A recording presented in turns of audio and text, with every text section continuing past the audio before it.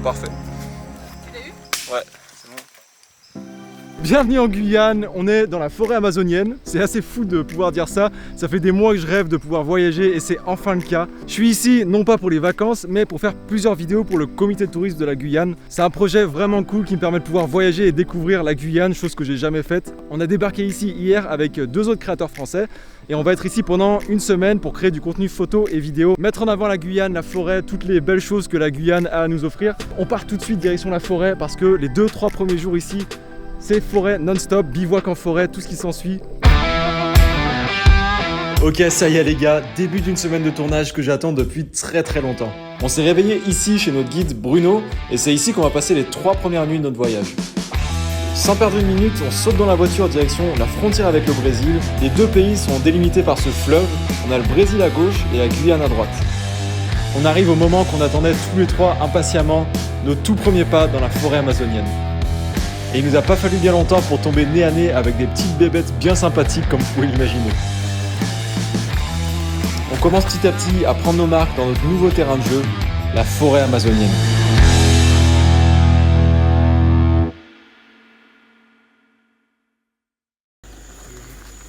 J'ai jamais attrapé celle-là, je l'ai vu hier alors. Bon, facile, j'ai vu parce que ça pique, c'est machin. Cet homme que vous voyez là avec sa copine la Migale, c'est notre guide Bruno. Il habite en Guyane depuis 30 ans et autant vous dire qu'il connaît tout sur la Guyane.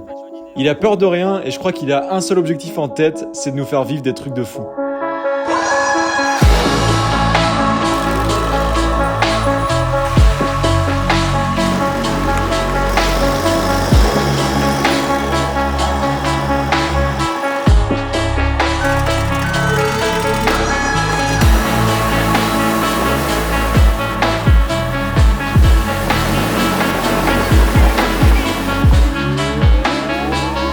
Ah oui, et j'ai oublié de vous préciser une petite chose, c'est la saison des pluies là. Premier jour en Guyane, et la forêt elle nous accueille à sa manière. La caméra elle est contente. On a fini cette grosse journée de tournage par un petit bain dans le fleuve en se laissant porter par le courant. En élégance. Et ce que j'ai appris avec la Guyane, c'est qu'il faut faire les activités sans te poser de questions et c'est ensuite que tu demandes au guide ce qu'il y a dans le fleuve. Cette soirée-là, on a bivouaqué en forêt, on a préparé nos hamacs avec moustiquaires, prêts pour notre toute première nuit en pleine forêt. Je vais pas vous cacher qu'il y avait un peu d'appréhension, mais on se sent tellement chanceux de vivre des trucs pareils qu'on a vraiment profité de chaque moment.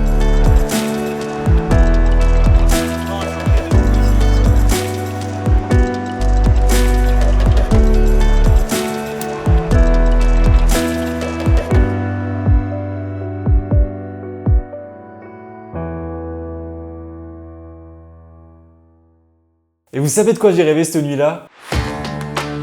J'ai rêvé d'un site qui s'appelle Artlist. Je pense que vous êtes déjà beaucoup à le savoir, mais j'utilise Artlist depuis 5 ans que je fais de la vidéo. C'est un site où vous allez pouvoir retrouver des milliers de musiques libres de droit. Je dis des musiques, mais c'est pas uniquement des musiques, c'est aussi une bibliothèque de SFX, des effets sonores. Vous allez pouvoir retrouver des milliers d'effets sonores pour toutes vos vidéos, que ce soit pour des transitions avec des whoosh, que ce soit des transports, des avions, la forêt, comme pour cette vidéo sur la Guyane, autant vous dire que j'ai poncé des effets sonores forêt et jungle. Et l'une des grosses différences qu'il y a entre ce site et la concurrence, c'est le fait que vous allez pouvoir utiliser ces musiques pour un usage perso, donc pour vos vidéos de voyage, tout ce que vous allez mettre sur les réseaux sociaux. Mais les musiques sont aussi valables si vous faites des projets pour des clients. Si jamais vous voulez prendre une licence, allez voir dans la bio, il y a un lien qui vous permettra d'avoir 2 mois gratuits sur Artlist.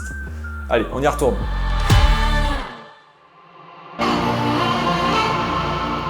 Après avoir rêvé d'Artlist toute la nuit, on s'est réveillé au beau milieu de la forêt et là encore, c'était un moment magique.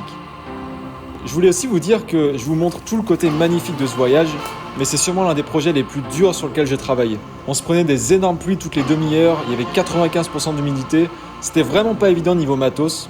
Sur les différents spots qu'on faisait, Bruno nous construisait des abris pour justement essayer de garder le matos plus ou moins sec.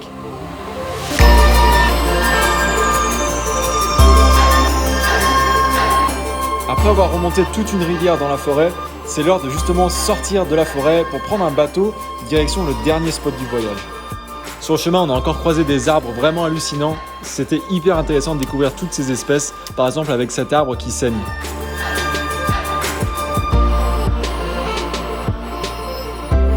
Nous voici donc dans les marais de Caux où on est parti pour 1 heure de bateau. C'est le moment où on sort les téléobjectifs pour essayer de choper un maximum d'oiseaux. On arrive donc à l'écologe flottant où on va passer la nuit. On découvre notre incroyable chambre tout en haut avec balcon. Et comme on s'y attendait, on a eu des visiteurs très rapidement. Viens, bouge. Viens voir Alex, viens. Viens voir Alex, viens. Viens voir Alex, viens. Oh mon Dieu. Du coup, après le repas, on a sauté sur la pirogue pour essayer de voir d'autres caïmans et c'était mission réussie.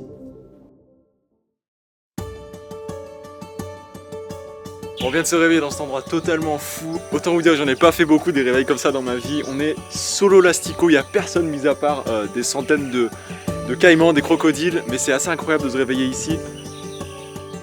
La Guyane nous a gâtés pour notre dernier réveil ici. C'était le moment parfait pour repenser à tout ce qu'on a vécu ici cette dernière semaine.